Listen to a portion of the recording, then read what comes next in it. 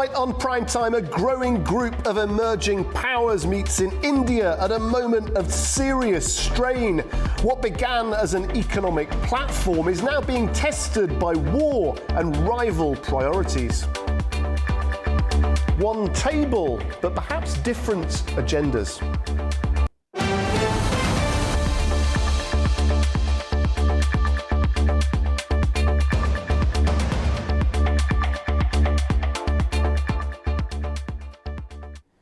Good evening. Foreign ministers from BRICS nations have arrived in New Delhi ahead of a key meeting hosted by India. Well, Russia's foreign affairs minister joined leaders from the expanded BRICS bloc, which include Egypt, Ethiopia, Indonesia, Iran and the UAE. The talks come amid rising tensions in the Gulf conflict, with Iran urging BRICS to condemn US and Israeli actions. Differences remain within the group, especially between Iran and the United Arab Emirates. Soaring energy prices linked to the conflict are also expected to dominate discussions as member nations move to shield their economies. Now, India is trying to keep BRICS focused on its bigger global agenda, but events in the Middle East are pulling the meeting into a very different direction. Let's cross now to New Delhi and get the latest from our correspondent there, Ishan Garg. Ishan, can you bring us up to speed, please, on the very latest developments? Well, Guy, India's Foreign Minister S. Jaishankar, who chaired the meeting, opened the session with a message of urgency. He said the world is facing considerable flux in international relations, with ongoing conflicts, economic uncertainties and challenges in trade, technology and climate reshaping the global landscape. But it was Iran's Foreign Minister Abbas Araghchi who brought the sharpest political message to the room. Araghchi called on BRICS member states to explicitly condemn what he described as violations of international law by the United States and Israel, including what he called their illegal aggression against Iran. He described the war as illegal expansionism and warmongering and called on BRICS nations to prevent the politicization of international institutions. Iranian media says Araghchi also accused the UAE, a fellow BRICS member, of direct involvement in the military operations against it at the BRICS meeting, though these comments were not part of his official statement. India's own message, by contrast, was carefully calibrated. In a statement released by India's Foreign Ministry, New Delhi pressed for peace in the Middle East, stressing that peace, it said, cannot be piecemeal. Jaishankar, India's foreign minister, called for protecting civilians and public infrastructure and said tackling humanitarian issues in Gaza and Lebanon should all be part of BRICS bloc's calculus. While the Iran war dominates the agenda, the challenge for India is to keep the focus on BRICS' original priorities. When the country took over the chairship earlier this year, it set out an ambitious agenda of promoting digital public infrastructure, building resilient supply chains, and tackling climate change. But with Iran and the UAE, two BRICS members on the opposite sides of the conflict, India's position as chair is being tested. While Iran is calling for BRICS grouping to condemn the US and Israel, India is trying to walk a diplomatic tightrope. Analysts say New Delhi would want to manage Abu Dhabi on one hand and its own ties with Washington and Tel Aviv on the other.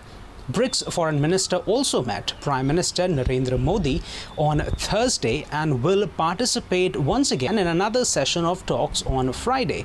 It will be crucial to see if the meeting ends with a joint statement, as New Delhi aims to hold the BRICS bloc together despite profound geopolitical frictions from within.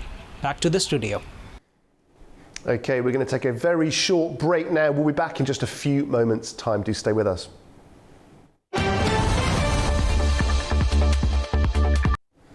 Welcome back to Primetime. Okay, let's pick up now on this BRICS story. And joining me from Istanbul is Dr. Irfan Raja, a media scholar who teaches war and conflict reporting and writes widely on the Middle East, Europe and South Asia. Dr. Raja, thank you very much indeed for joining us. Good to have you with us on Primetime. BRICS just keeps getting. Thank you so much. BRICS keeps getting bigger, doesn't it? But is it getting stronger, or perhaps harder to manage? Thank you very much. This is extremely a significant question and timely question, particularly in a current climate where the America and the Western-led forces are fighting wars in Europe, for example, Ukraine, and in the Middle East, an ongoing genocide in Gaza and the war on Iran. So these are crucial moments. You said very rightly, because it is getting bigger. If you compare it 2010 and 9 onwards, more nations have joined it, and there are more applications on the table. Nations willing to join the BRICS, and it's getting stronger. You have Russia and America, very strong leading countries, a position to the American and the Western, empire. At the same time, there are always, difficulties and challenges within the human family as well. So BRICS as a family, there are differences. And as we can see today meeting, that just hours ago, the Iranian foreign ministers did mention that they are not happy with the attitude of one of the membering country without naming that country. But the good point is still they were there together. So that shows very positive signs. Despite differences, the forum is very much open, and it represents more than 50% of the world population, whereas also more than 40% of the global economy. So it outpassing this G7 by $20 trillion.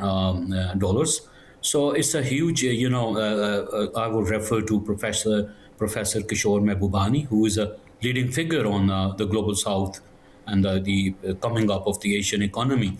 So there are hopes. There is growing, one of its aim is growing counterbalance to the Western-led institutions like G7.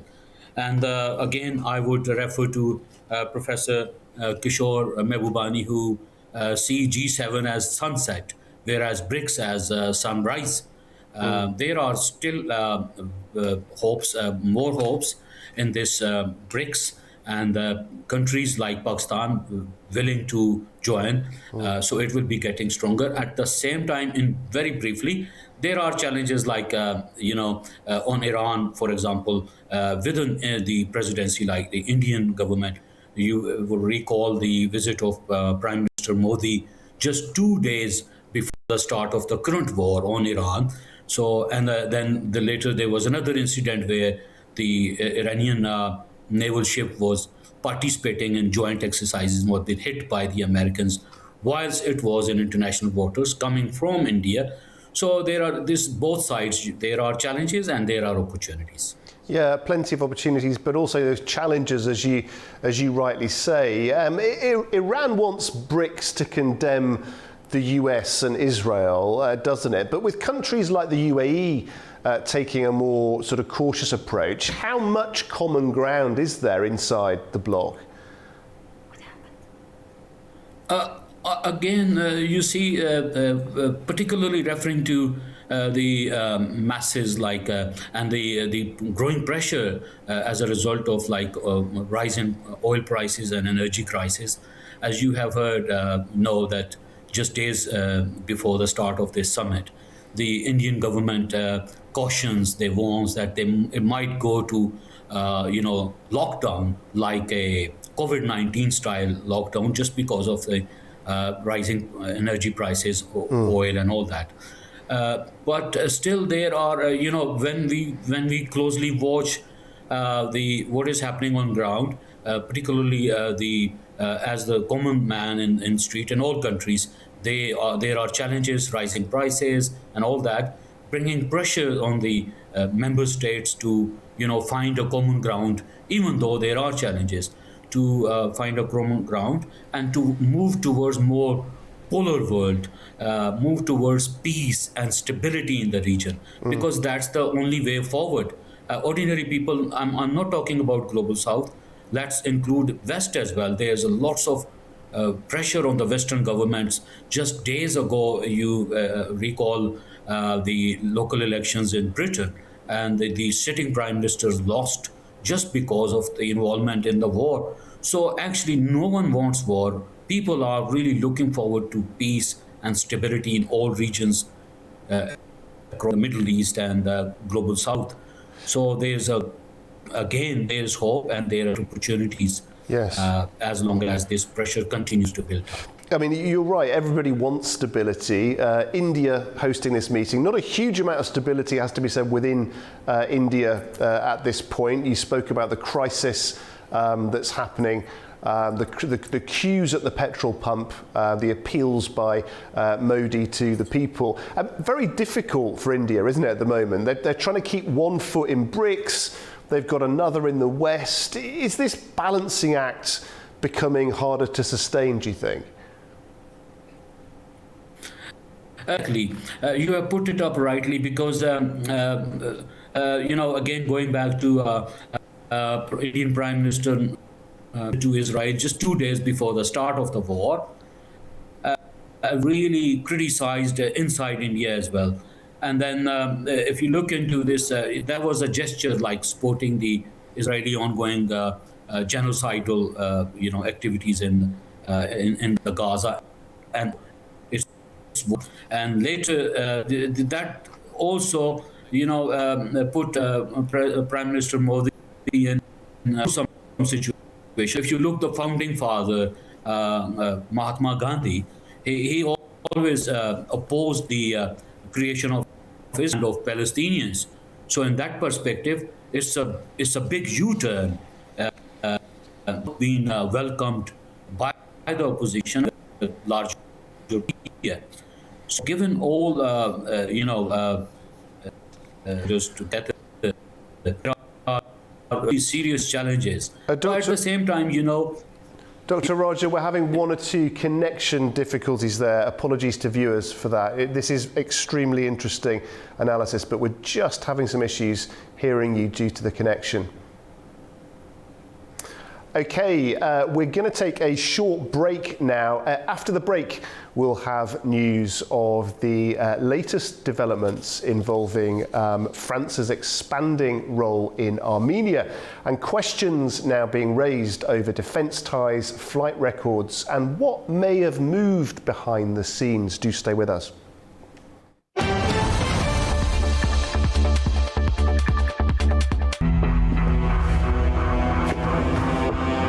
Figura Armenia que Argentina. Y empieza por plata y es para los gobiernos. Un tipo muy piola. No, money from Armenia, from Russia.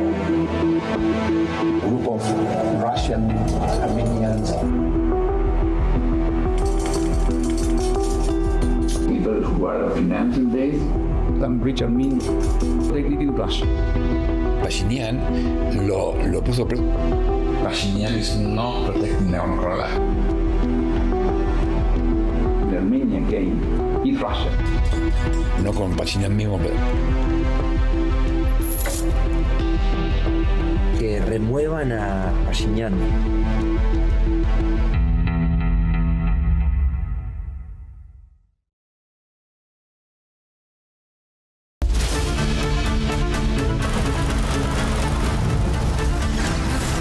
As America sleeps, Europe is waking, and the East has begun its day.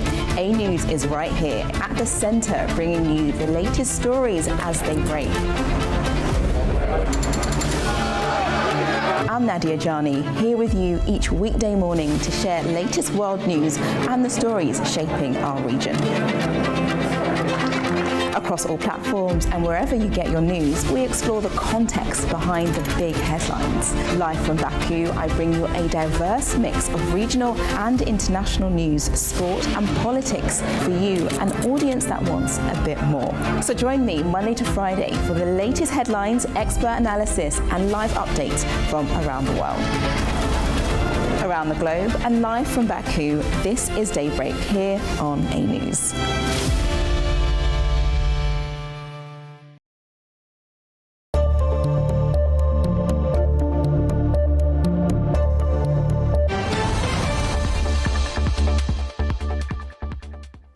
A warm welcome back wherever you're watching Primetime.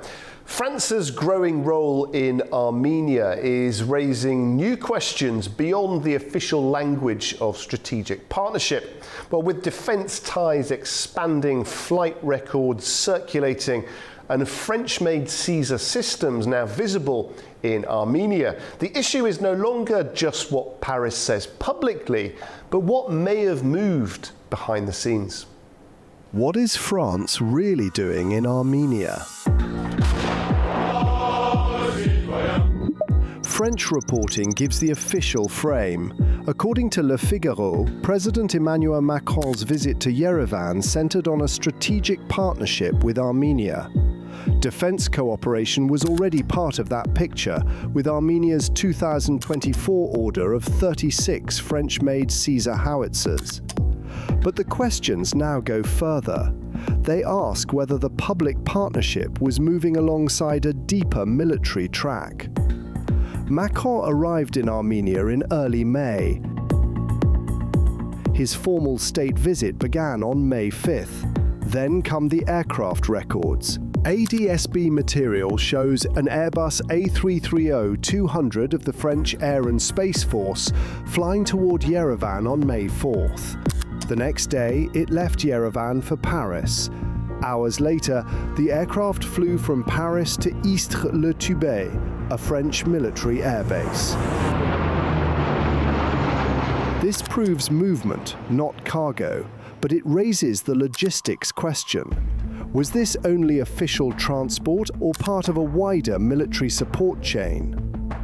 The same aircraft appears earlier in separate tracking material, moving east from Europe on March 28th, then appearing around the South Korea-Japan area between March 29th and April 3rd. That timing matters. In Japan, French and Japanese defense ministers signed the Japan-France Defense Roadmap on April 1st. In South Korea, Macron and President Lee Jae-myung agreed on April 3rd to deepen cooperation, including in defense and energy.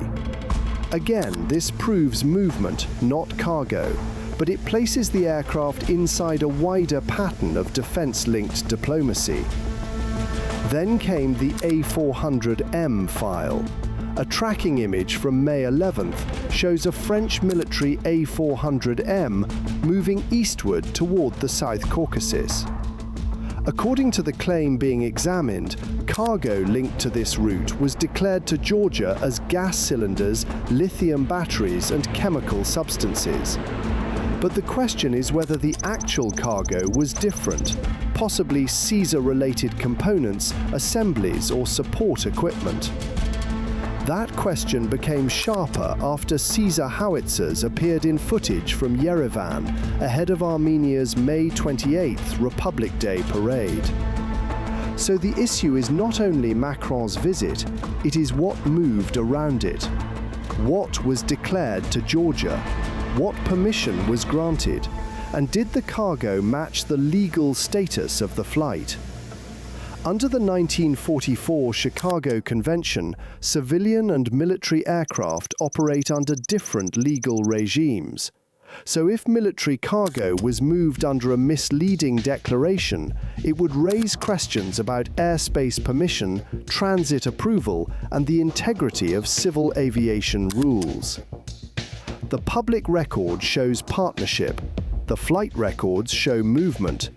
The footage shows Caesar systems in Armenia, and the cargo claim still needs verification. Until the A400M manifest, Georgia's transit permission, ICAO compliance records and independent confirmation are clear, the case remains open, not proven, but serious enough to demand answers. En effet, en quelque sorte, de la majorité géopolitique de sortir de cette entrave et de se tourner vers l'Europe. On ne peut pas faire comme si ça n'existait pas, nous Français. On doit embrasser ce choix et l'engager. Okay, joining me now in the studio is Anastasia Lavrina, host of course of Inside Politics and Frontline here on A News, to help us look at what's been verified so far and what questions still remain unanswered. Anastasia, very good to have you here in the studio. Lots of questions still remain unanswered about France's military relationship with Armenia, although much is now becoming more visible. Since we last spoke, I know you've been delving into this on your show Inside Politics. Yes, absolutely, Guy. A lot of questions are still on the agenda. On the transport routes, on the cargo delivery, these are the questions which are still to be answered, and the answers can be provided by two countries, either Armenia or France. But you're absolutely right. Since our last talk, I had the chance to speak with two experts. What's interesting, one of them was from the United Kingdom and another one from Russia. Two different perspectives and two different views on the situation, but they come up with one argument, which is indeed everybody has to agree on. France is losing its position in Africa, in African continents. Many countries, due to its France colonial past, denied any kind of military cooperation with France, and it was officially declared and stated by even the opposition party in France that this country, the Fifth Republic, lost its position in Africa, and they have to find a new place where they can, let's say, find a good partner, intensify its presence, and let's say start its work, and also sell its weapons. And Armenia is a place in the South Caucasus. We have to agree that South Caucasus is strategically a very, very important region for everybody now. Not only for our two countries, Azerbaijan and Armenia, but also for Central Asia, for China, due to Middle Corridor, Belt and Road Initiative, then due to the global energy crisis because of the blockade of the Strait of Hormuz. So the South Caucasus is becoming more and more important for many countries in the world, and France is thinking to have its own place in the region. And we cannot ignore also that France and other countries who were a member and co-chairs of the Minsk Group OIC also have to agree that their contribution to the resolution of the conflict between Armenia and Azerbaijan, they couldn't do anything to achieve the desired results. And it's more about Azerbaijan, its stance, its military power, its willingness to move forward. And now it's due to the bilateral relations between two countries, between Baku and Yerevan, how the peace agenda is being developed here. So again, France, it's out of all of these processes. So France, and specifically President Macron, is trying to find new partners, new agreements, and moving from the agreements to the concrete action. Two countries, Armenia and France, agreed to intensify military cooperation in the end of 2023, and now it became more visible. French Caesar artillery are on the streets of Armenia in Yerevan, which was also demonstrated in a video, and Prime Minister Nikol Pashinyan promised to its population, let's say, to demonstrate a new military power of Armenia during the military parade on May 28. And we have to agree that this is the first time when Armenia is openly declared its military cooperation, practical military cooperation with the Western countries, taking into account its huge dependence on the Russian military support and cooperation with Russia.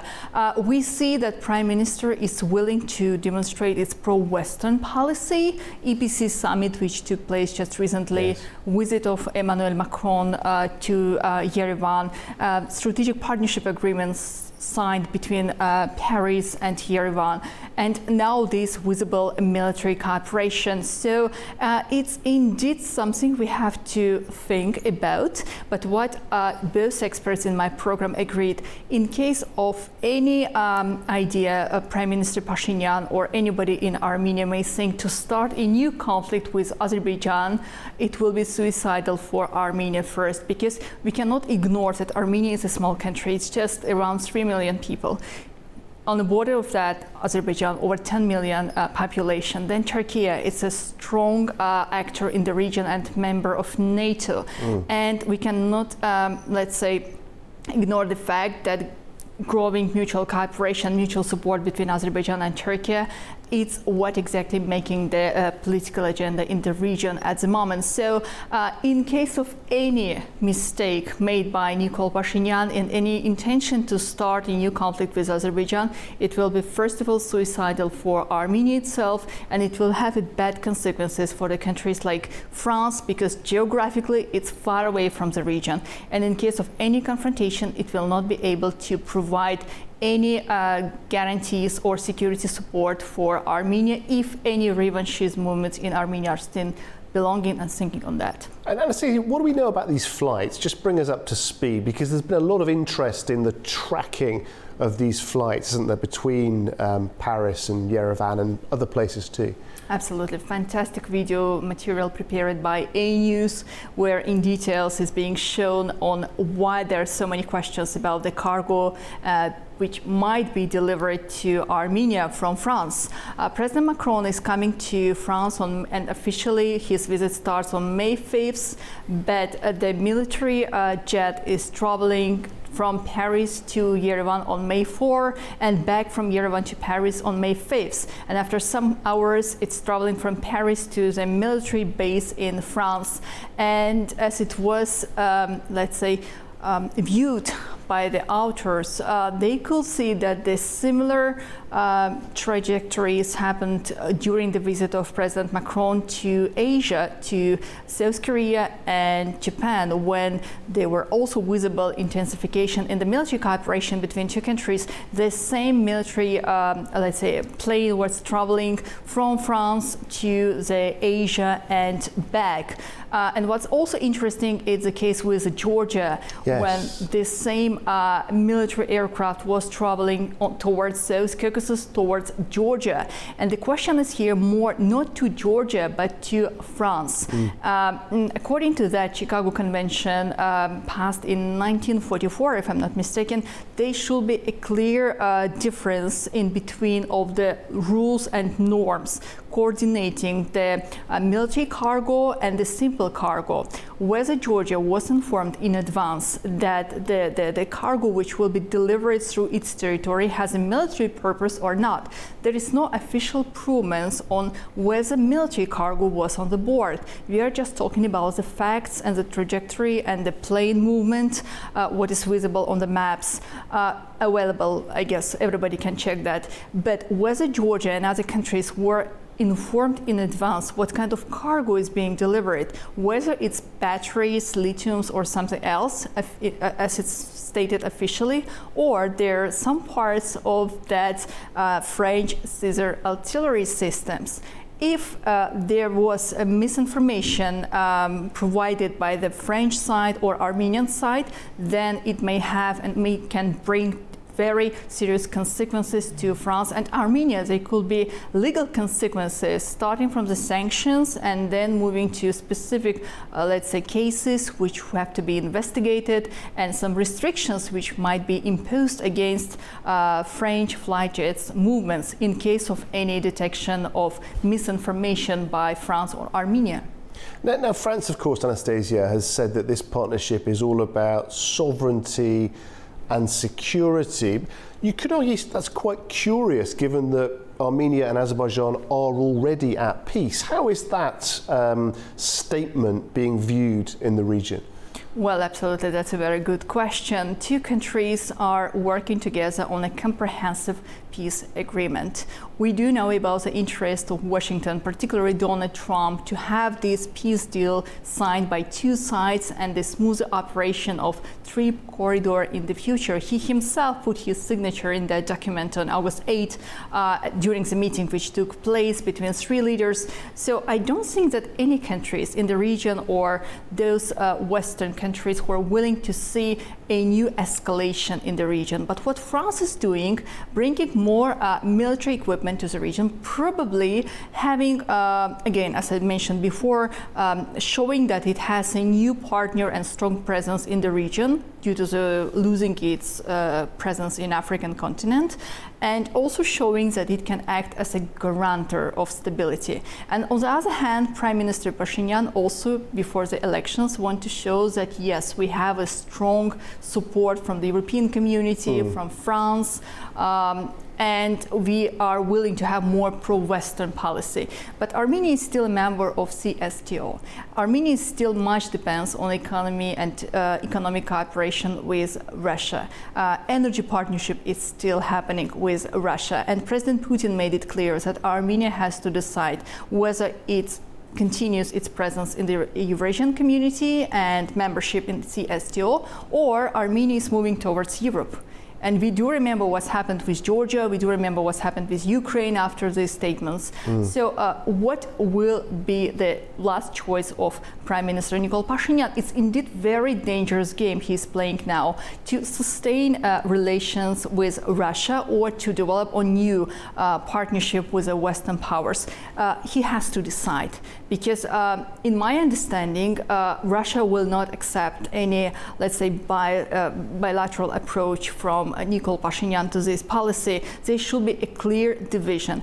And for my understanding, you rightly pointed out, the bright future of Armenia will depend on how soon the peaceful agreement will be signed with Azerbaijan, how soon Armenia will become the transit hub in the region, opening of the borders with Turkey and Azerbaijan, and starting this whole integration process. That's where the bright future of Armenia will be. Not the work with France, which is geographically far away, not the statements made by many European countries without actual support or without any future full dependence on Russia, how it's happened before 2020. So the clear picture is that Armenia is here in the South Caucasus, and it has to have very strong and practical relations with its neighbors first. And later on, it can work on the diversification of the partners.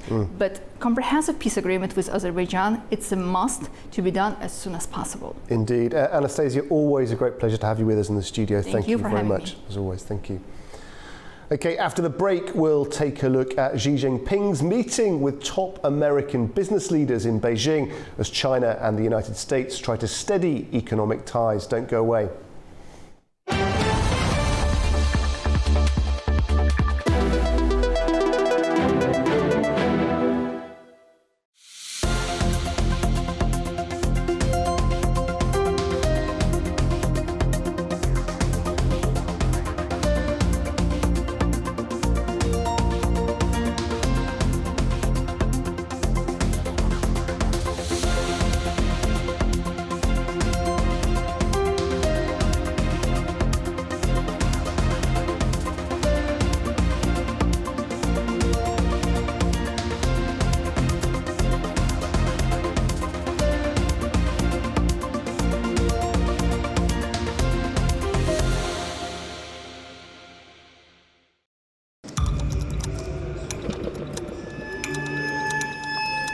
Inside Politics delves deeply into the heart of global issues shaping our world today.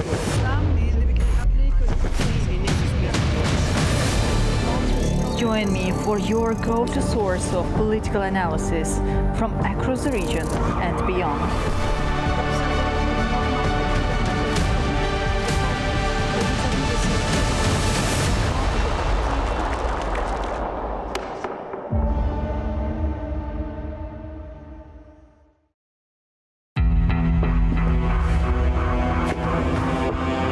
Figura Armenia que Argentina. Y se por plata y es para los gobiernos. Un tipo muy piola. No, money from Armenia from Russia. Group of Russian Armenians.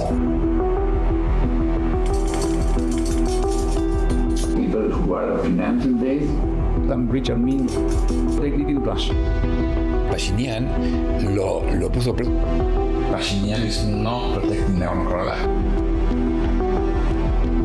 The Armenian game is Russia. no con Pashinyan mismo, pero Que remuevan a Pashinyan.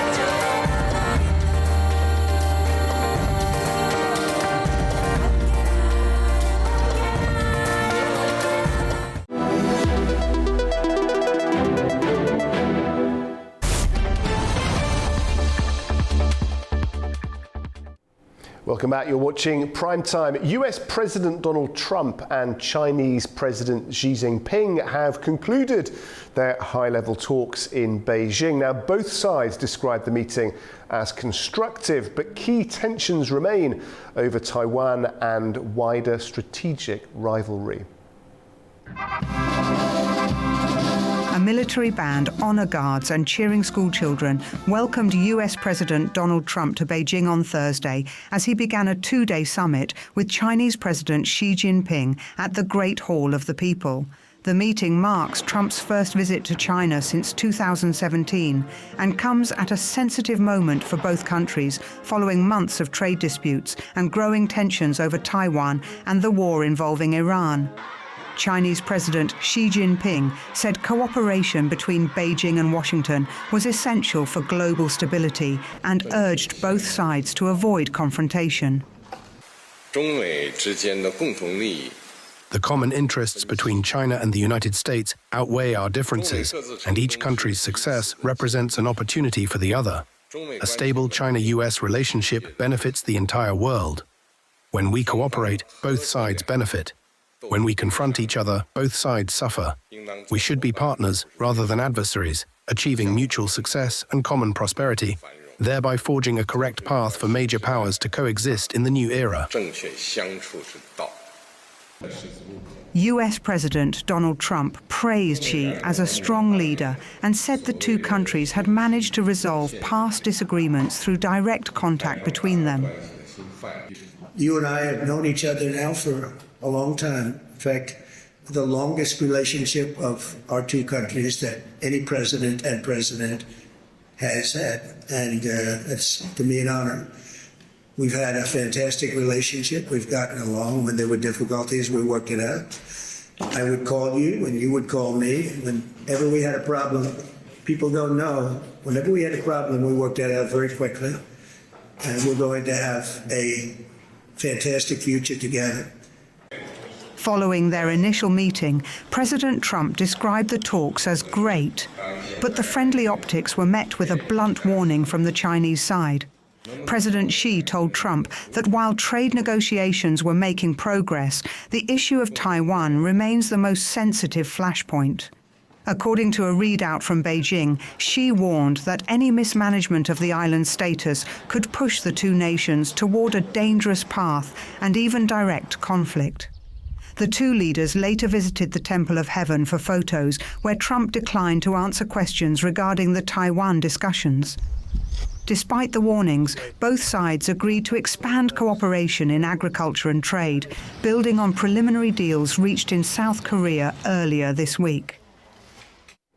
Well, the Chinese president also met leading American entrepreneurs in Beijing. Our correspondent brings more now from the city.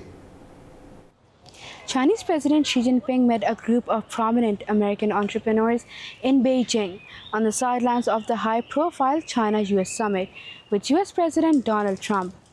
The meeting included major business and technology leaders such as Elon Musk, Tim Cook, and Jensen Huang, highlighting the strong commercial focus of Trump's Beijing visit. President Xi told the executive that China remains committed to opening its economy further and welcomed continued U.S. investment, while Trump encouraged American companies to deepen cooperation with the Chinese market. The meeting comes at a sensitive moment in China-US relations, with the two sides attempting to stabilize ties after years of trade disputes, technology restrictions, and strategic rivalry. Washington and Beijing remain divided over issues including tariffs, semiconductor export controls, Taiwan, and military competition in the Asia-Pacific region. At the same time, both governments are facing growing pressure from global markets and multinational companies to maintain economic cooperation between the world's two largest economies. Business leaders attending the meeting reportedly emphasized the importance of predictable trade conditions, supply chain stability, and continued market access. The gathering also showed Beijing's continued efforts to reassure foreign investors as China seeks to revive economic confidence and attract overseas capital. U.S. companies have long viewed China as one of the world's most important consumer and manufacturing markets. Analysts say that the presence of top executives from the technology, automotive, and finance sector indicate that both Beijing and Washington still see economic engagement as a key pillar of the bilateral relationship, even as strategic competition intensifies. Mane Mafim, A News, Beijing. Well, joining me now from London is Kelvin Lam, Senior China Economist at Pantheon Macroeconomics. He tracks China's economy, trade policy, and what the growing pressure between Washington and Beijing means for global markets. Kelvin, very good indeed to have you with us. Thank you for joining us on Primetime. Well, we've seen the handshakes, the business meetings, the warm words. We had a nice story about picking up the NVIDIA boss on the way. But beyond that, has anything really materially changed? I think apart from the Taiwan remarks that made by Xi, which, to be honest, that's sort of expected because the U.S. delegation, the 5 senators went to Beijing just a week before the actual meeting. The Chinese made it very clear to the Americans about its stance and priority of the Taiwan issue. So I think apart from that, we've seen the visit so far being fairly welcoming, with pomp and friendliness. As though the meeting is just, mending broken relationship, etc. You can see the media coverage of a joint visits to the Temple of Heaven, so very, very welcoming in that sense. But I don't think anything has changed at all fundamentally. The reality is that the fundamental rivalriness between the two superpowers in shaping the world orders has never subsided. So we expect economic and geopolitical decoupling to continue in the years ahead. This is particularly true now that that both sides already see each other using supply chain and technology as choke points to hold each other's economy hostage. Yeah, Xi Jinping trying to reassure foreign investors too, isn't he? But after years of tariffs, restrictions, uncertainty, is China still seen as a predictable place to do business, do you think? I think stability and certainty, predictability of industrial and trade policies is very important for foreign investors, as well as growth prospects of the local economy, or if you are foreign exporters having a factory in China, the global economy, right? So I think investors will sort of still remember the Chinese government crackdown on the IT, property sectors, and the gaming industry, education, tuition services, that Chinese policy directions can change, according to the political thinking and highlights of the day. So it is a risk for investors for sure, no matter how many times and what assurances that the Chinese government is making right now. So the risk is still bigger for investor now compared to before the crackdown a few years ago. So I guess there's a trade-off. I mean, if the gain from the larger market still outweighs the risk of policy uncertainty, if the calculation is right, entrepreneurs will still go ahead and invest in China. But for the higher tariff that you were talking about, inbound into US, perhaps China as a production base to export to the US market because of low production costs, it will probably become less attractive for foreign investors because, they can potentially shift their production base to other countries. Yeah, it's a very good point you make there. And AI chips, of course, semiconductors, they're now at the heart of this rivalry, aren't they? Do you think these two economies can still cooperate so in such a sort of convivial way when these two markets are so hotly contested? I think the answer is no to cooperation. The two superpowers, or generally the modern world, now sees artificial intelligence and hence the semiconductor technology that build it as the holy grail of world dominance. Whoever gets there first will shape the world order in the new age. So if you look at the 18 CEOs that go into China right now, with Trump representing US business interests, what NVIDIA, Qualcomm, Micron wanted this trip is not technical collaboration with this Chinese counterparts. They are either trying to sell lower level chips to China without violating the export control or lifting certain Chinese bans on their imports. I mean, the collaboration I can see only is probably the application of their tech to the final product in China, such as the chips for Chinese cell phones for exports. That's not technical. It's very interesting, Kelvin. Sorry, what you say. So this is really it's transactional. It's not about collaboration. Then I think so. So I mean, it's very much about national security. You mentioned too. So I mean, how the world works has shifted significantly from a globalized supply chain.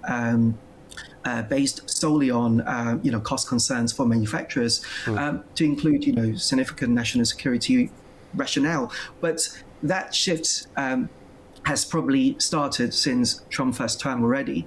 So now you're seeing this materializing, and I guess that China ambition has caused the US to shift in terms of that policy. And just going into a bit more depth on the way that President Trump likes to do business, that more transactional style, if you like. I mean, he wants American firms to stay engaged in China, but Washington still want to use tariffs, export controls.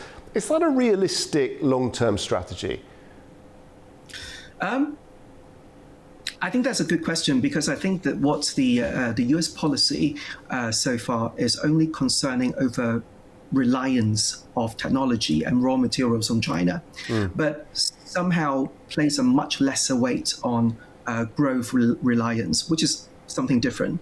For me, I think that it is illogical for the US or China to build closer economic ties because they know each other will then use that interconnectedness as a threat later at some point to achieve certain geo-economic or political goals. So I think that, again, it's a very fine line to tread. The US can potentially, to sell lower grading chips to China at a higher price to earn quick profits, but those chips won't help China to accelerate in the AI race. That's something that the Americans want to make sure. But at the same time, if NVIDIA profits is too reliant to Chinese market eventually, then it defeats the original purpose of decoupling. And that is the growth part that I was talking about. I guess that there's potentially a balance to strike between quick profits, growth reliance on China, and how it can be done in the long term.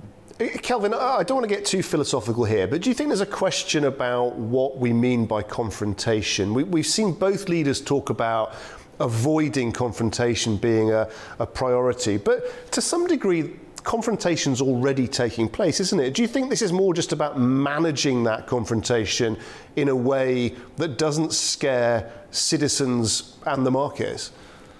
I think so.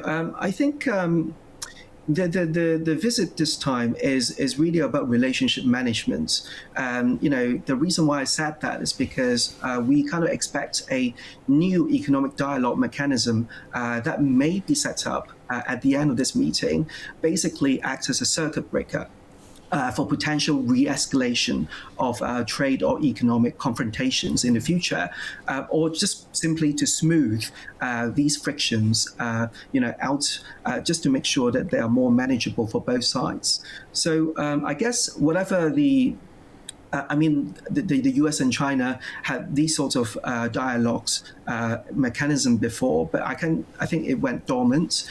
So making a new one or activate the old one is a good way anyway to a good communication channel for these kind of conflicts going forward. And again, the meeting that we have seen so far really should be seen as an ongoing process to achieve something, to manage relationship, rather than an endpoint that we're expecting a big thing coming out and things would change drastically. Kelvin, great to get your take. We appreciate your analysis very much indeed. Thank you. Thank you very much. Okay, after the break, we'll take a look at the top business news stories shaping the day with Andy Mioch. Don't go away.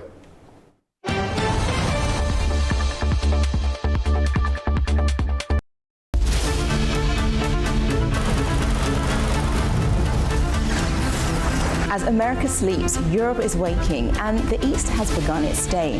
A News is right here at the center, bringing you the latest stories as they break. I'm Nadia Jani, here with you each weekday morning to share latest world news and the stories shaping our region.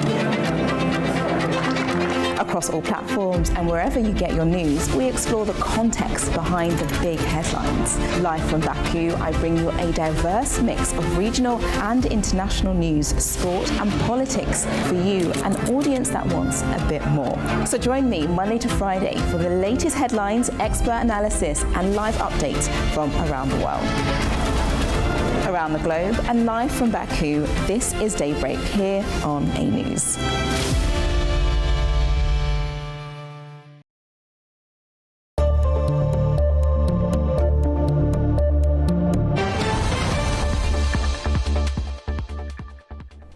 Welcome back. You're watching Primetime now. Andy Mioch has joined us to bring us the very latest business news stories. Andy, what's on your agenda tonight? Well, Guy, oil prices are holding steady above $100 per barrel. Cuba's energy crisis has taken a turn for the worse. South Korea is on the verge of having its second $1 trillion worth company. And there's also some news out of the auto industry as well. So let's have a look.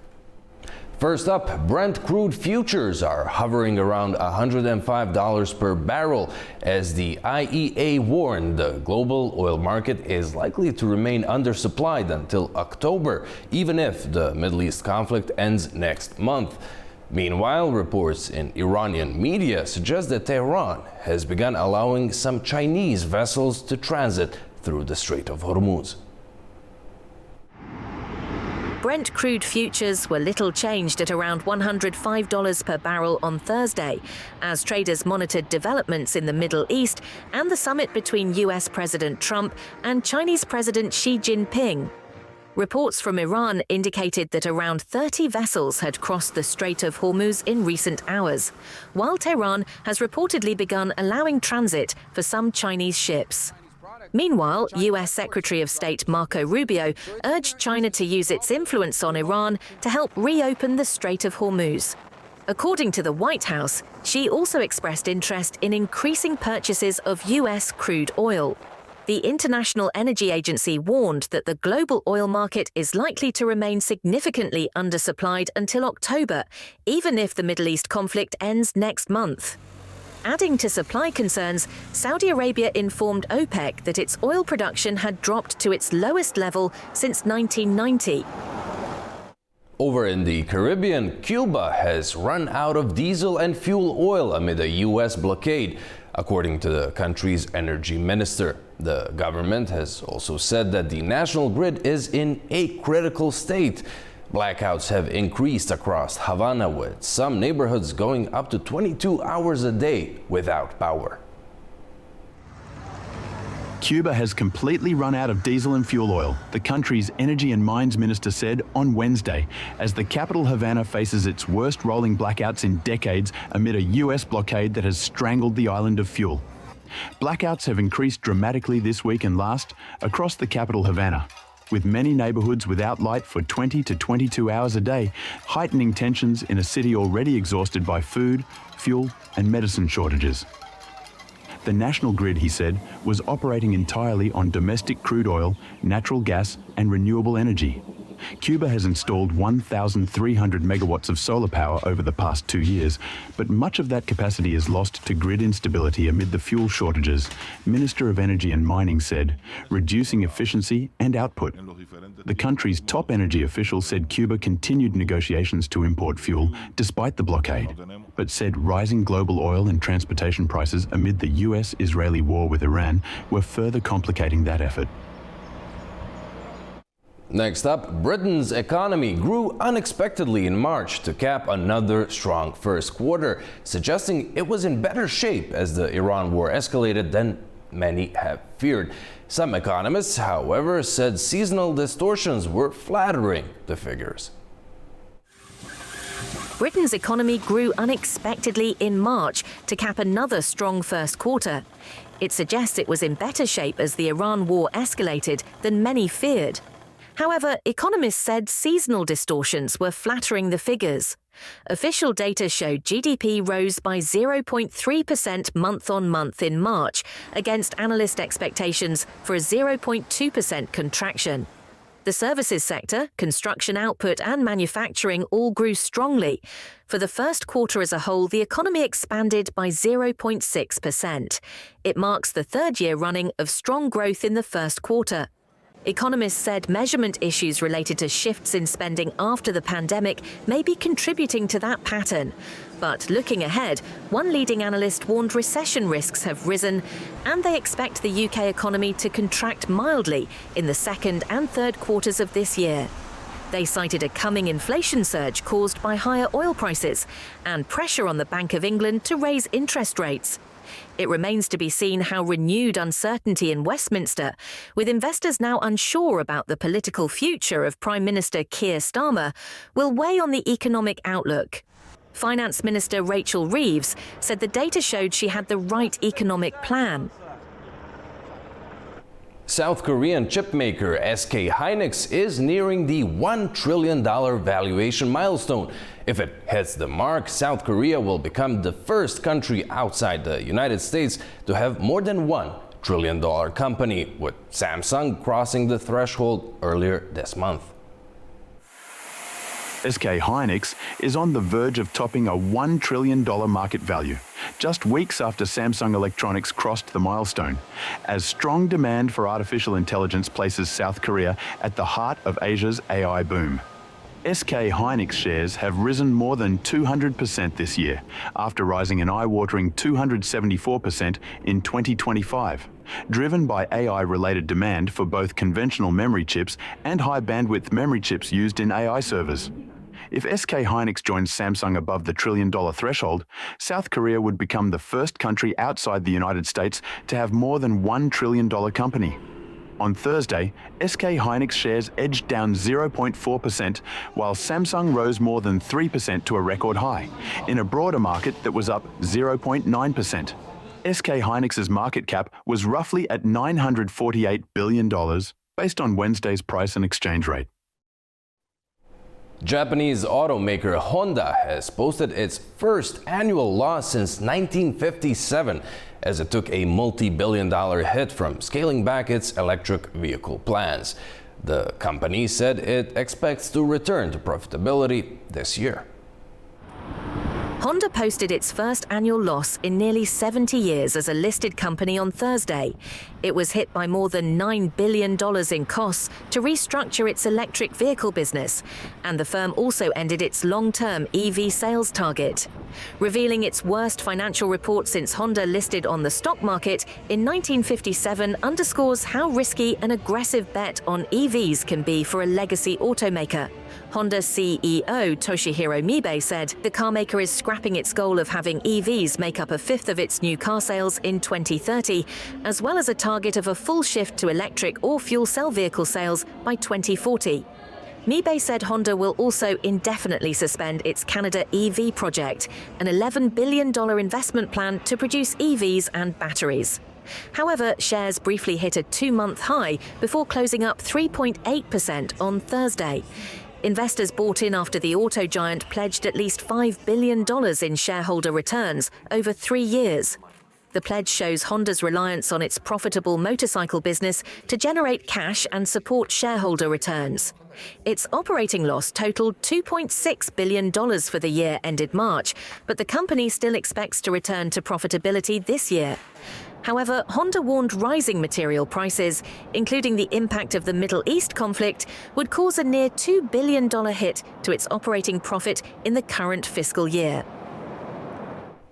Still with the Japanese auto industry, Nissan forecasts more than $1 billion in profit for its fiscal year, predicting a relatively modest hit from the Iran war and an increasing impact from cost cutting. Nissan forecast more than $1 billion in profit for its fiscal year on Wednesday. The Japanese carmaker also predicted a relatively modest hit from the Iran war. Nissan said the conflict was likely to hurt this year's operating profit forecast of $1.2 billion by less than $95 million. It added the estimate only covered the first half of the current business year. Nissan CEO Ivan Espinosa said the Japanese carmaker can ship a good amount of volume to the Middle East, despite the bottlenecks the war has caused to transport flows. He added Nissan expected a sales reduction of around 19,000 vehicles in the first half of its business year due to the conflict. Nissan expects purchasing-related cost-cutting measures and steps in manufacturing to provide a boost to this year's profit, although raw material prices are likely to be a drag. Nissan reported a profit of just over $367 million for the year ended in March, slightly better than forecast. The company booked the profit on improved cost performance, as well as a one-off boost tied to US emissions regulations that offset a hit from Washington's tariffs. And that's a wrap on the business brief for tonight. And to get back to you, Guy. Andy, thank you very much, as always. Thank you. After the break, we'll take a look at Ukraine's latest wave of Russian strikes and why the fallout is now being felt well beyond its borders. Don't go away.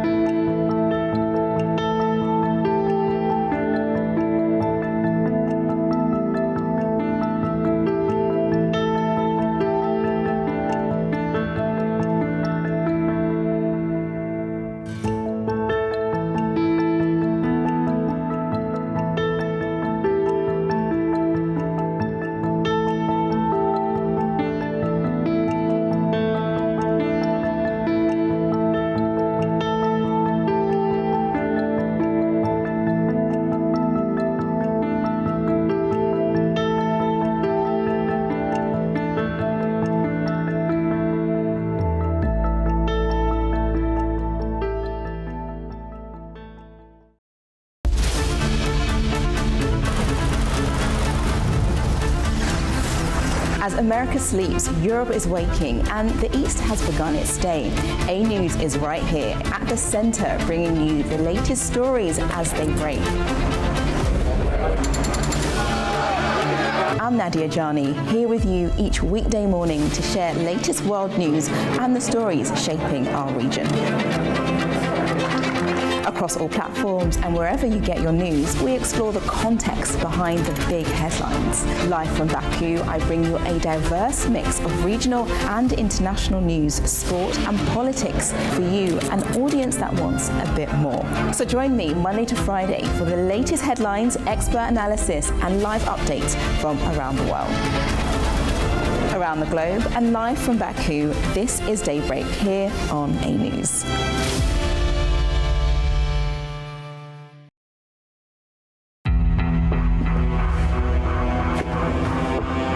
Figura ordeña que la Argentina. Y empieza por plata y es para los gobiernos. Un tipo muy piola. No, money from Armenia, from Russia. Group of Russian Armenians. People who are financial based, some rich Armenians, they live in Russia. Pashinyan lo puso. Pashinyan is not protecting neoliberal. The Armenian game is Russia. No con Pashinyan mismo, pero. Que remuevan a Pashinyan.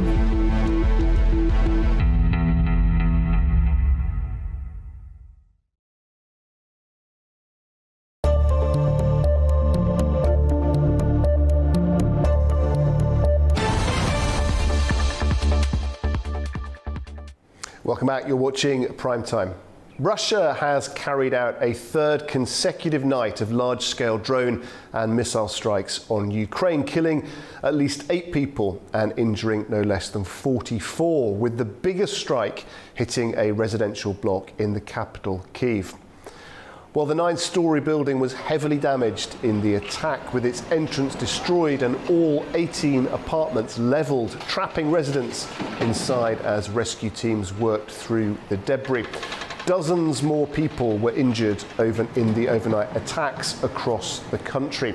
Ukrainian authorities said the strikes involved hundreds of drones and missiles, marking one of the most intense bombardments in recent months. Foreign Minister Andriy Sybiha called for increased international pressure on Moscow to end the war. Well, joining me now from Kyiv itself is Mark McNamee, co-founder of the Ukraine Business Network. He had a close view, of course, on how the war has been hitting Ukraine's economy, infrastructure and business confidence. Mark, thank you very much indeed for joining us. Just describe for us what you and the other people in Kyiv have been experiencing with this latest set of attacks. Well, it's been more of the same. It's the attacks in general terms have become more severe. We have almost 900 civilian deaths this year, so January to the middle of May, including the attacks last night. And sort of the personal feel, as you're asking about here, I live with my family here in the center of Kyiv, and woke up around 2 o'clock in the morning when we heard the air defense going off. And so I also have a 1-year-old child. So, popped out of bed, of course, quickly, grabbed my boy, ran to the corridor, trying to hide behind 3 structural walls, and stayed there for, I guess, about 2.5 to 3 hours until the all okay was given. Went back to bed, and then about an hour and a half later, another air raid began. So same, popped up and grabbed my boy, ran to the corridor.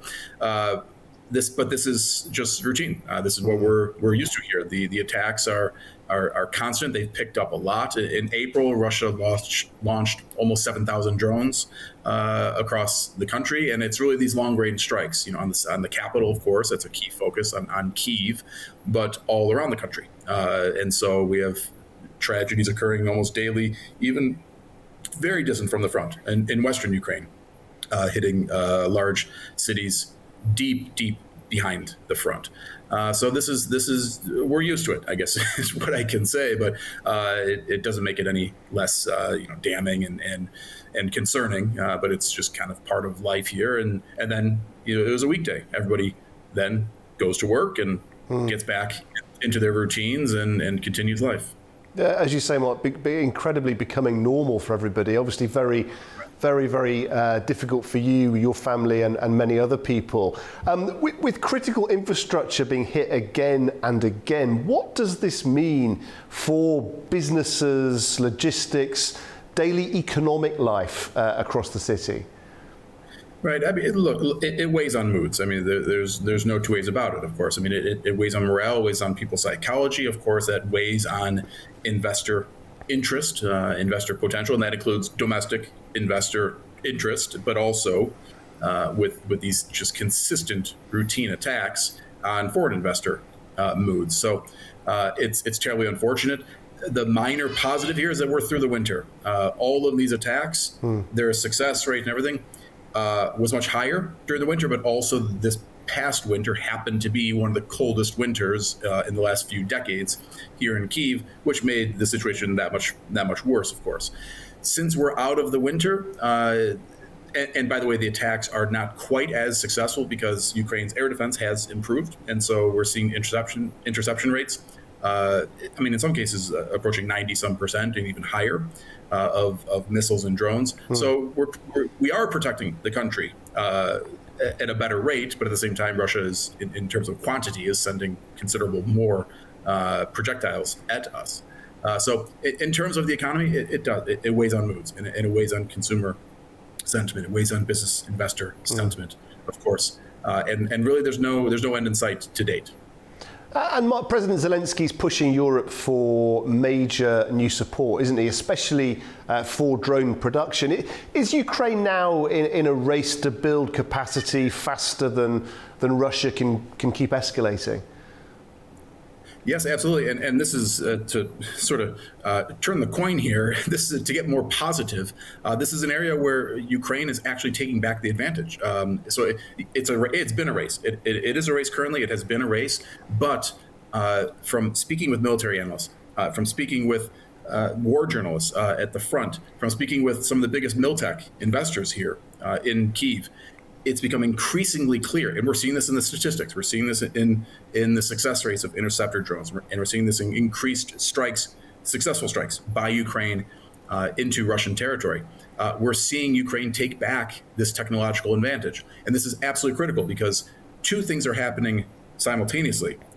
In terms of quantity, Ukraine has actually taken back the advantage over the last about 4 or 5 months. Ukraine is producing more drones, but not just that. The second critical point is that Ukraine is, in fact, producing better drones. So in terms of both quantity and quality, Ukraine has actually taken a decisive advantage. And that's, as we speak, I mean, this is a pivotal moment just in the last couple of weeks that we can say that. And looking ahead, it looks very encouraging because we're seeing increased the support that you mentioned that Zelensky has procured from European partners. And that means both public sector and private defense investors. This has really picked up over the last year and a half, quite dramatically, to be frank, and has made a significant difference. And it's very encouraging here because that technological advantage that Ukraine has now taken back from Russia, which they had lost over the course of about the last year and a half, that should only accelerate in the coming weeks and months. And so that'll put enormous pressure on Russia, which again is very encouraging for where we're sitting at today for Ukraine. Yeah, pressure on Russia. Very interesting. We keep hearing talk. We still hear talk, don't we, Mark, about diplomacy, possible negotiations. But on the ground, the reality, the fighting, it seems to be intensifying. Does this feel like the war is actually moving towards talks or into an even harder phase? It's moving into an even harder phase. But I'd also say a more encouraging phase because that harder phase, now that Ukraine is more successful on the ground and in the air at the front against Russia, this was always going to be the only way you could get Putin and Russia to stop. They have to be fundamentally losing in order to actually seriously consider concessions. They need to feel the pressure. They need to feel the pain for them to actually consider some genuine concessions. And this has been the failure of Trump's policy since he came into office a year and a half ago, roughly, as he never pursued peace through strength, as the Republican mantra had been and his campaign slogan had been. He never put pressure on Russia. And so, of course, a year and a half, we never saw Russia consider any potential concessions and stuck to their extreme maximalist demands every day throughout this entire war, but including through Trump's presidency here so far. Now we do believe, with the pressure that Russia is starting to face, that talks won't come, a ceasefire or productive talks, productive negotiations. They won't come because of Trump's interest in talking with Russia. They will come because Ukraine is bringing the pain and the pressure to Russia. And of course, the accumulated sanctions pressure of the last several years that's now considerably weighing on the Russian economy and financial system. So that could pay dividends, not in the next week or month, but let's say in the second half of this year. We could very well then see Russia more seriously considering some genuine concessions, and so then therefore entertaining and engaging in real ceasefire talks. And finally, Mike, you spoke about Zelensky's relative success with Europe. I mean, do you think help from Brussels is enough, and is it coming fast enough? No, unfortunately. This has been, you could have asked me that exact same question at any point since 2022, and the consistent answer has always been support coming, whether it's from Europe or from the United States or the Western world and Western allies in general. It's always been too little, too late, but just enough to keep Ukraine in the fight. So I say that, again, two important points. One is that it is enough. Secondly, we're getting much more private sector defense support over the last year, which is really a critical step that is changing things. And that, again, that is going to accelerate and really help take things off for Ukraine. And then the other component that's vital here, which was really inconceivable, say 3-4 years ago at the outset of this war, is that Ukrainian domestic defense production itself. Ukraine is now producing almost 2/3 of all of its military needs, all of its defense needs domestically here in Ukraine. And again, with that increased European capital, because that's always been the problem. Ukraine needed capital from abroad. It needed that financing and just wasn't quite ever getting enough of it. But now more is coming in. And so now Ukraine can basically function as its own security guarantee. Not today, we're not quite there yet, but can so in the future at the pace that we're going at.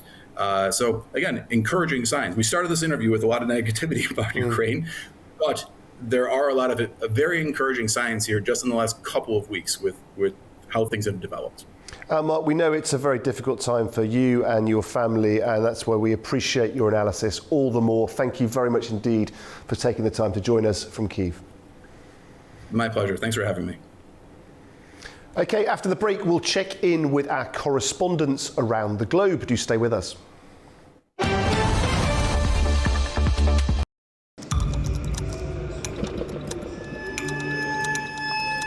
Inside Politics delves deeply into the heart of global issues shaping our world today.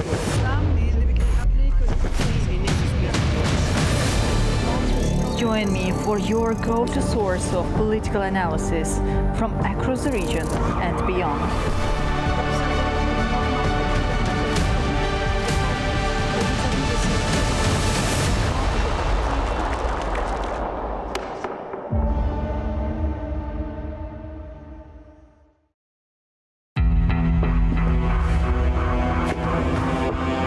Figura venía a la Argentina. Lo hice por plata y es para los gobiernos. Un tipo muy piola. No, money from Armenia from Russia. Group of Russian Armenians.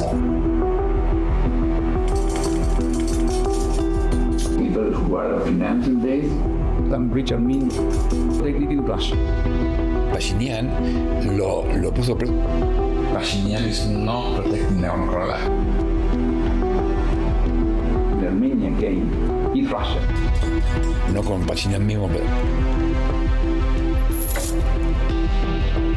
Que remuevan a Pashinyan.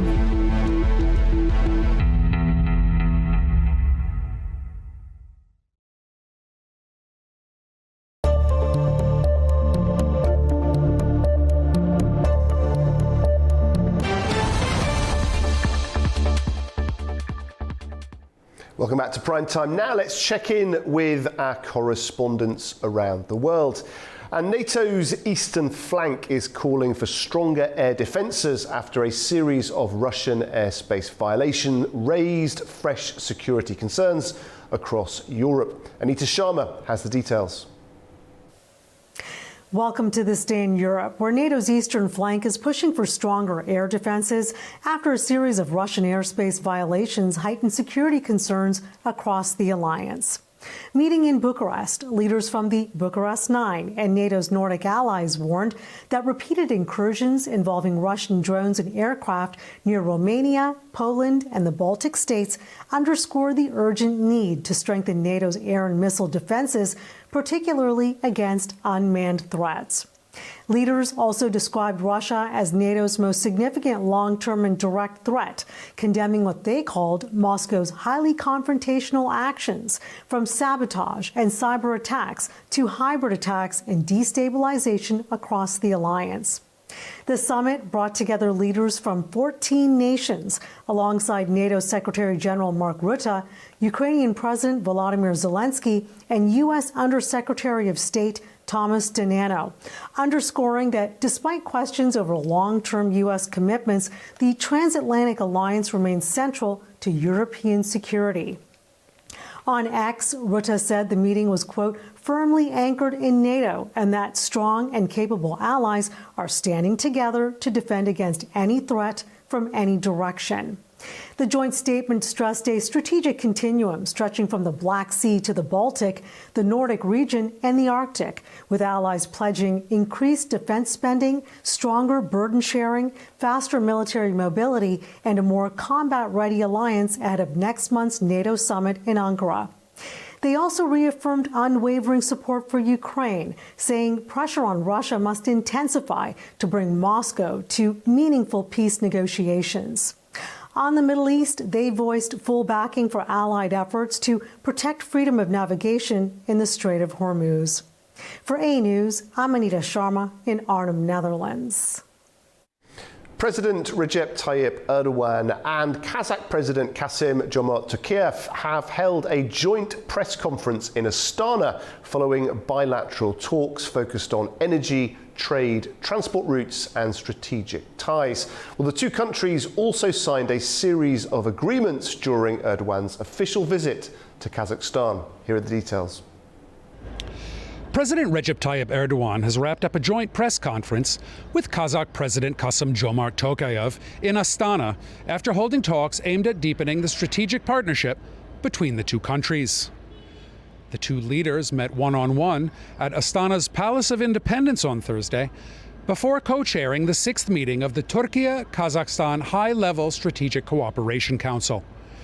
After the talks, the two sides signed 13 bilateral cooperation agreements covering a range of fields, including trade, investment, energy, transport, and wider strategic cooperation. At a subsequent press conference, Erdogan stressed Kazakhstan's importance for Turkey's energy and connectivity agenda. He said Ankara wants to deliver more Kazakh oil to global markets via Turkey, while also highlighting the growing importance of the Trans-Caspian East-West Middle Corridor.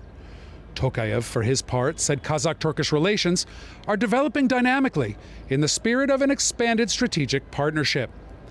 He said there are no disagreements or differences between the two countries, noting that Turkey is among Kazakhstan's largest investors and top 5 trading partners. For Turkey, Kazakhstan is central to its outreach to Central Asia and the wider Turkic world. For Kazakhstan, Turkey offers access to broader markets and is a key political partner beyond its traditional regional relationships. Tokayev also awarded Erdogan the Hoja Ahmed Yesevi Order, underlining the cultural and historic aspect of the two countries' bilateral ties. So the Turkish leader's trip to Astana is about more than mere ceremony. Based on what was said at the press conference, Turkey and Kazakhstan want to turn their strategic partnership into deeper economic, energy, and transport cooperation. This is Adam Morrow for A News in Istanbul, Turkey. Europe is tightening its approach to irregular migration, and one South Caucasus country is now facing growing scrutiny.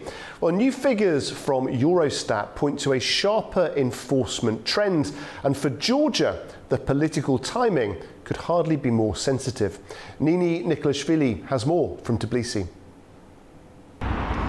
Eurostat's latest enforcement figures paint a clear picture of Europe tightening its borders. In 2025, nearly 492,000 third country nationals were ordered to leave the EU, up almost 6% on the previous year.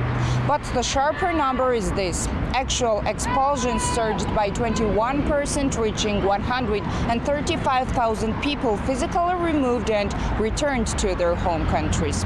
At the top of that list sits Turkey with 13,405 citizens returned. Georgia follows immediately with 10,475 people. For context, Syria ranks the third. Georgia, a nation smaller than most European capitals in population terms, sits between a war-torn country and a regional giant. That is a striking place to be. Georgia obtained visa-free access to the Schengen area in 2017, and a new surge of immigration followed almost immediately, as many Georgians took advantage of the opportunity to seek better prospects abroad. Remittances now account for nearly 14% of Georgia's GDP, with Italy, Germany, and Greece among the top sending countries. Migration, in other words, is not a side story for Georgia. It is woven into the economy itself, but the political stakes have escalated sharply.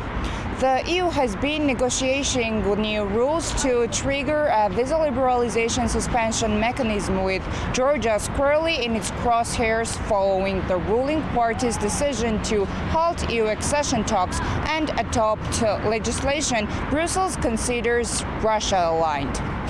In 2025, Germany carried out the most returns at 29,295, followed by France with 14,000 and Sweden with approximately 11,000. For Georgia, the data is both a warning and a mirror. Fewer Georgians are living illegally, as overall irregular migration across the EU dropped by over 21%. Yet those already in violation are being sent back at a record pace. The numbers move in opposite directions, but they point to the same conclusion. Europe's patience is running out, and Georgia's position politically and statistically has never been more precarious. Nini Nikolashvili, Tbilisi, A-News.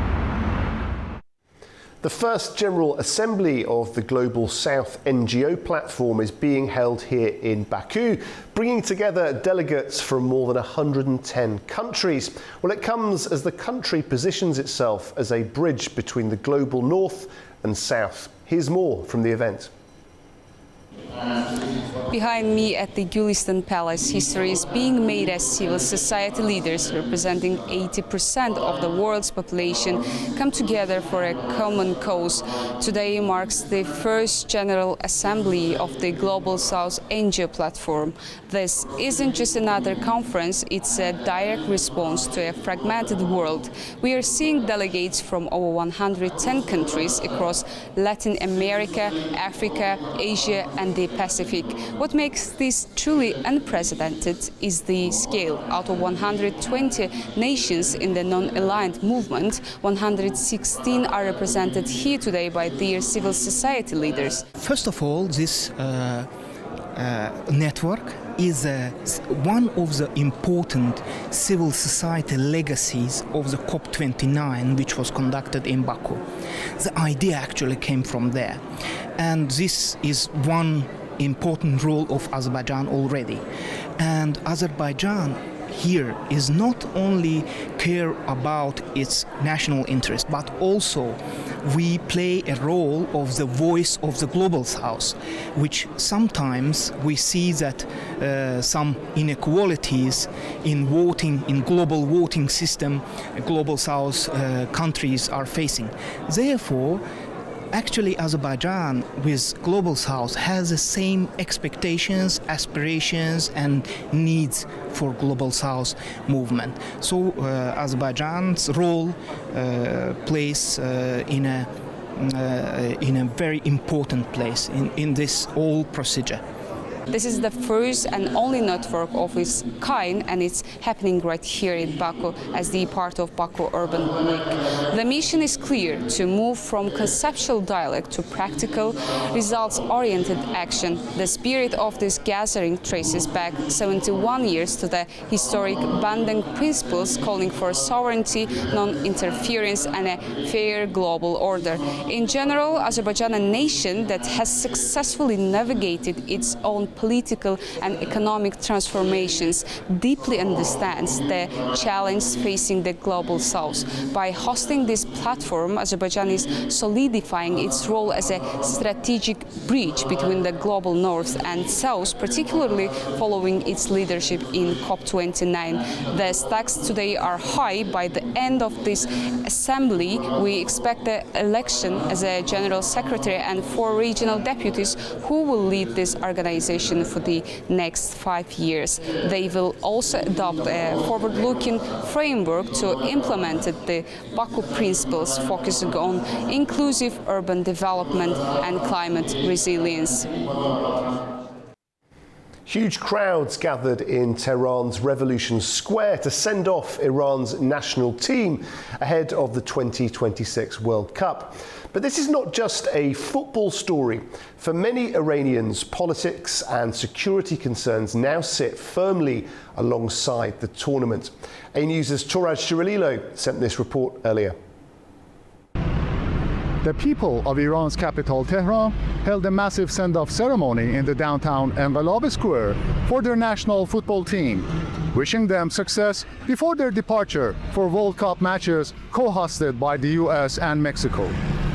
Also at the event on Wednesday night, the jersey of the Iranian team, which will be worn in the World Cup competitions, was unveiled by the local football officials. Following the twin Israel-US wars on Iran last June and late February this year, which lasted 40 days, Tehran called on the International Federation of Association Football to change its World Cup matches from the United States to Mexico. Iran increased its FIFA contacts, citing security concerns after the US President Donald Trump's harsh remarks on his social platform Truth about the team's safety.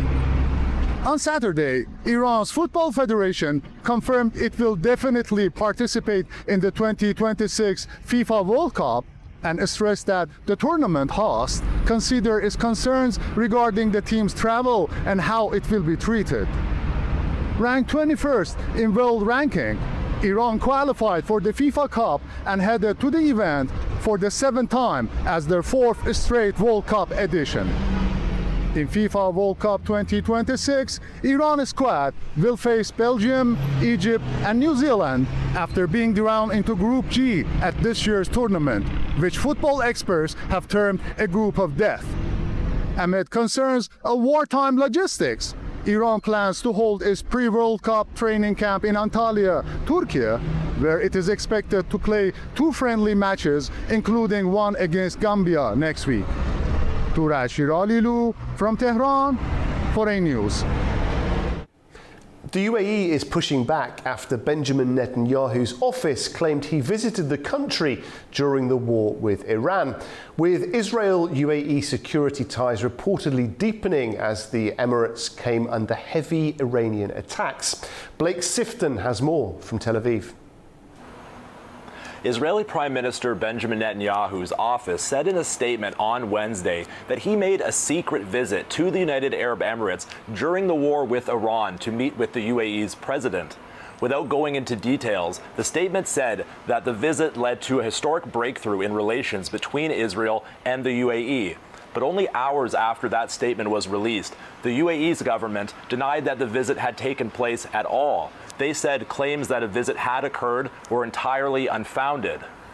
Now, Iran said that they were aware that the visit had taken place. Iran's foreign minister called the visit unforgivable, and he said that those colluding with Israel to sow division will be held to account. Now, economic and security ties between Israel and the UAE have been growing since the two countries normalized relations in 2020 through the Abraham Accords. Many people in the UAE are unhappy about that relationship, but it has been strengthening significantly since the war with Iran began. Iran attacked the UAE more heavily than any other country in the Gulf during that war. The UAE came under attack from over 2,000 Iranian drones and some 550 ballistic and cruise missiles. Earlier this week, U.S. officials confirmed that Israel sent an Iron Dome aerial defense battery to the UAE to help counter those threats, along with the soldiers needed to operate it. There are also reports that the heads of Israel's two main intelligence agencies, the Mossad and the Shin Bet, have also visited the UAE in recent weeks to help coordinate defense against Iran. And there are even reports that the UAE cooperated and coordinated with Israel on attacks that it reportedly carried out against Iran that have not been publicly acknowledged. Blake Sifton for A News in Tel Aviv. Afghanistan says climate change is making natural disasters more frequent, more damaging and harder to manage. As humanitarian needs grow, Kabul is looking to strengthen cooperation with Uzbekistan on emergency aid and disaster response. Tamim Bahis has the details from Kabul. Afghanistan's Natural Disaster Management Authority says climate change is increasing the scale and impact of natural disasters across the country. To discuss humanitarian assistance, disaster management and stronger cooperation, the Natural Disaster Management Authority Director General Nuruddin Turabi met Aybek Osmanov, Uzbekistan's ambassador to Afghanistan.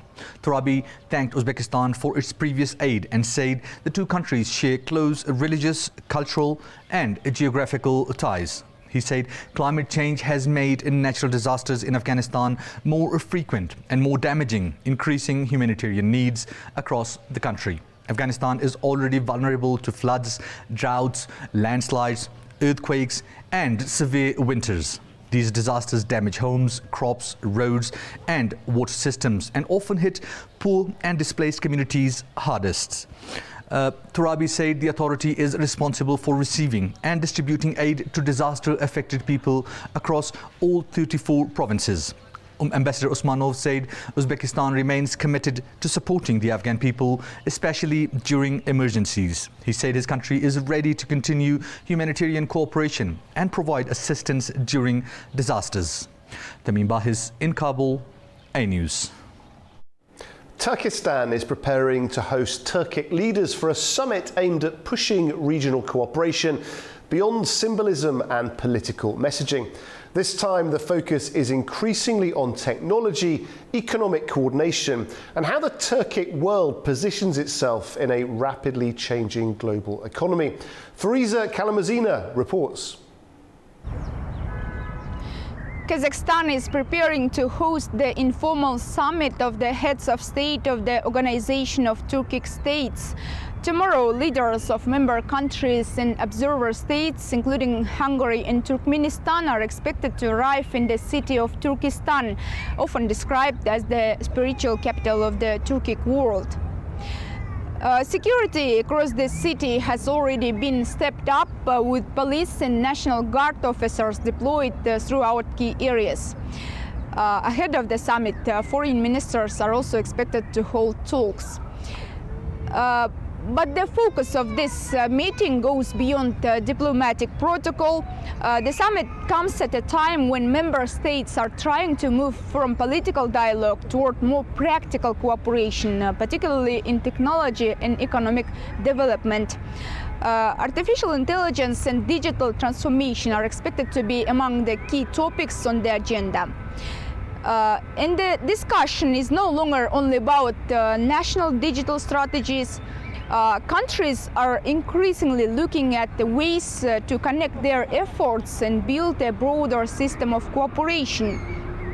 One of the most ambitious proposals expected to be discussed is the creation of a unified Turkic Artificial Intelligence Institute. Experts say the initiative could bring together joint educational programs, data sharing systems, and shared digital platforms across member states. The economic scale behind these discussions is also substantial. According to 2024 figures, the combined GDP of OTS countries exceeds $2.1 trillion, while total trade turnover stands at more than $1 trillion. The organization has also set an ambitious target, increasing internal trade among member states to 10%. Fariza Kalimurzina, Almaty, E! News. After the break, we'll take a look at the top stories of the day. Don't go away.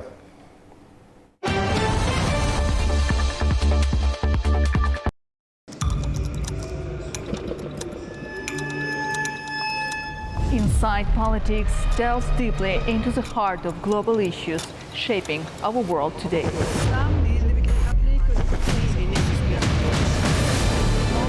Join me for your go-to source of political analysis from across the region and beyond.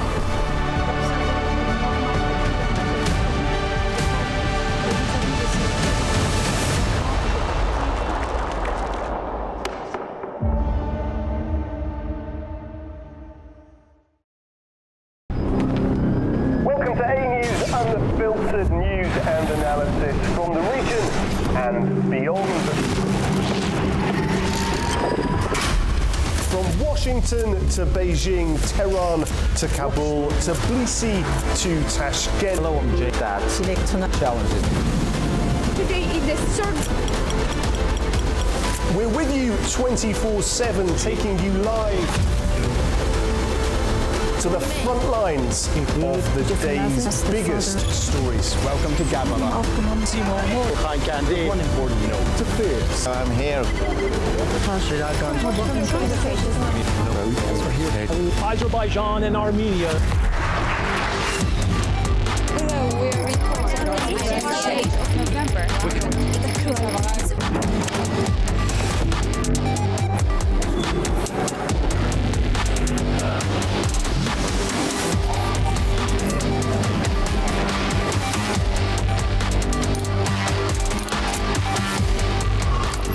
Reporting from Paris, Dar es Salaam, Tel Aviv, Washington, London, Moscow, Kyiv, Berlin, Rio de Janeiro, Beijing, Bangkok, Tbilisi, Tashkent, Almaty, Kazakhstan, Port Sudan, Tehran, Islamabad, Istanbul, Kabul for A! News.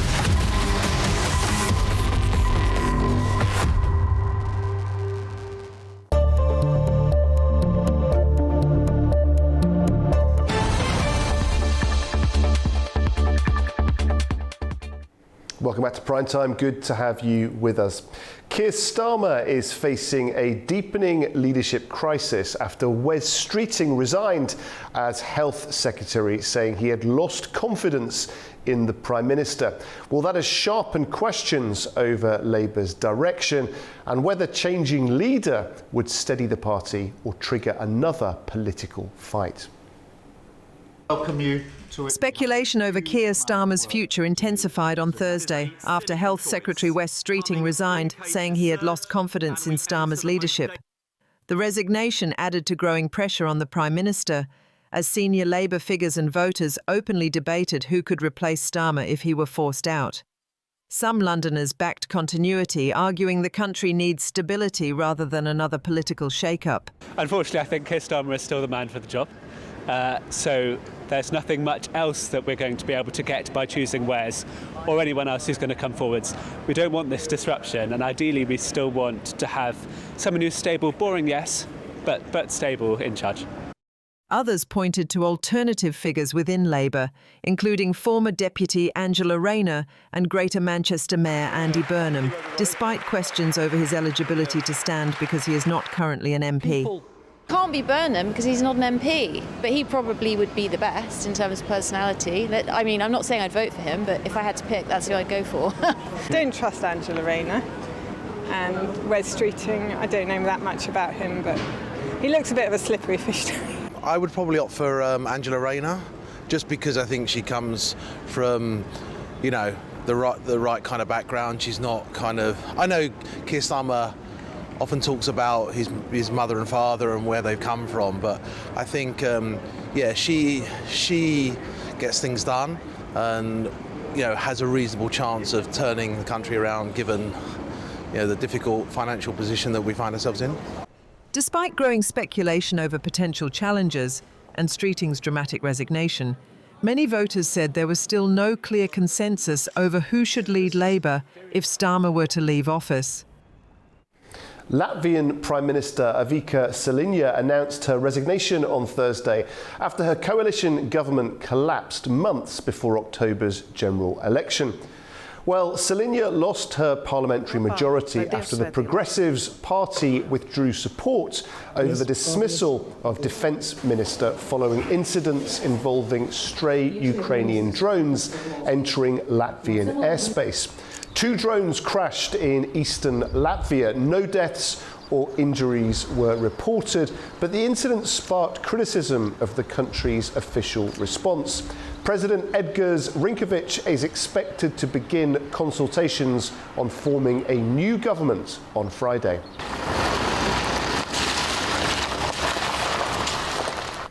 Well, a US-brokered ceasefire in Lebanon is under growing strain, with deadly Israeli strikes and Hezbollah attacks continuing across the south. The escalation is also raising concern at the United Nations as peacekeepers warn that military activity is moving dangerously close to their positions.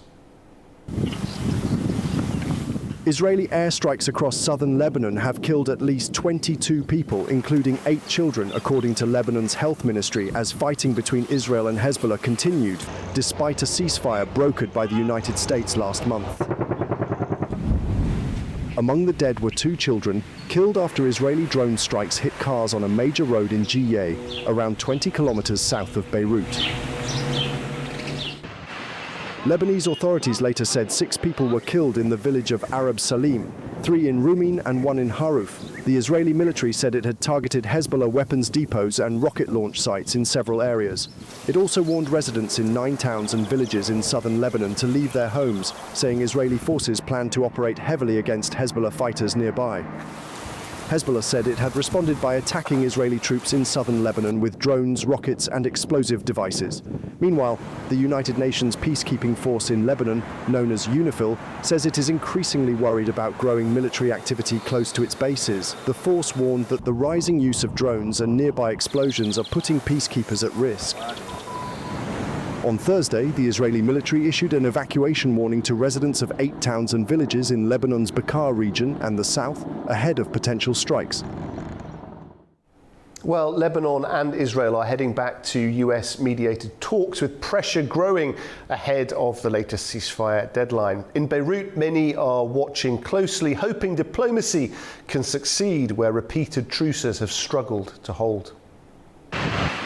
Ahead of a third round of US-mediated talks expected in Washington on Thursday and Friday, residents in Beirut are calling for an end to the conflict between Lebanon and Israel. The negotiations come just before the expiration of a 3-week ceasefire announced by US President Donald Trump.